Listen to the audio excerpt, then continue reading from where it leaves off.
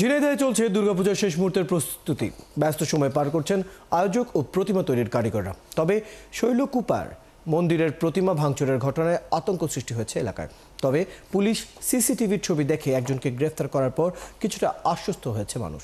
রাজীব হাসানের তথ্য ছবিতে প্রতিবেদন। শারদীয় দুর্গাপূজা উপলক্ষে ঝিনাইদহে বিভিন্ন মন্দিরে প্রতিমা তৈরির কাজ শেষের দিকে। বেশিরভাগ প্রতিমার রঙের কাজ চলছে। প্রতিমা শিল্পীরা জানান তারা রাত দিন ব্যস্ত সময় পার করছেন। পূজার আগেই কমিটির নেতাদের কাছে বুঝিয়ে দেওয়ার আশা তাদের। পূজারীরা জানান তাদের প্রস্তুতি শেষের দিকে।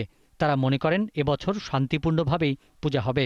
তবে সম্প্রতি শৈলকুপায় প্রতিমা ভাঙচুরের ঘটনায় কারো কারো মধ্যে আতঙ্ক রয়েছে। বিপুল উৎসাহ উদ্দীপনার মধ্য দিয়ে আমরা এই পূজা শেষ করতে পারবো, এটাই আমরা প্রত্যাশা করি। তা আমরা চাই সবাই মিলে একসাথে বসবাস করতে, একসাথে উৎসব করতে, যাতে আমরা সুষ্ঠুভাবে স্বয়ং সম্পূর্ণ এই পূজা নামাতে পারি, সেই প্রশাসনের প্রতি প্রত্যাশা করছি।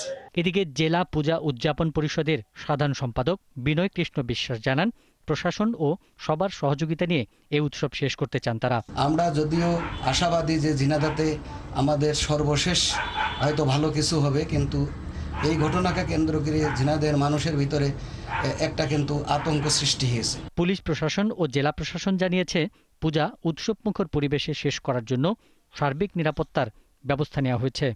এই লোকটার সাথে আর কোনো ষড়যন্ত্র চক্রান্ত আছে কিনা, যিনি বাংলাদেশের ভালো চান না, আমাদের ভালো চান না, সমাজের ভালো চান না, এই জায়গাগুলো উদ্ঘাটন করতে একটু সময় লাগবে। এই উৎসবে আমরা জাতি, বর্ণ, বয়স নির্বিশেষে সবাই আমরা এখানে সহযোগিতা করে থাকি। সবাই আমাদের এই জেলায় এখন সেই সহযোগিতার মনোভাব শতভাগ সকল দিক থেকে সবার মধ্যে বিরাজমান। ঝিনাইদহ জেলায় এবছর 450টি মন্দিরে পূজা অনুষ্ঠিত হবে।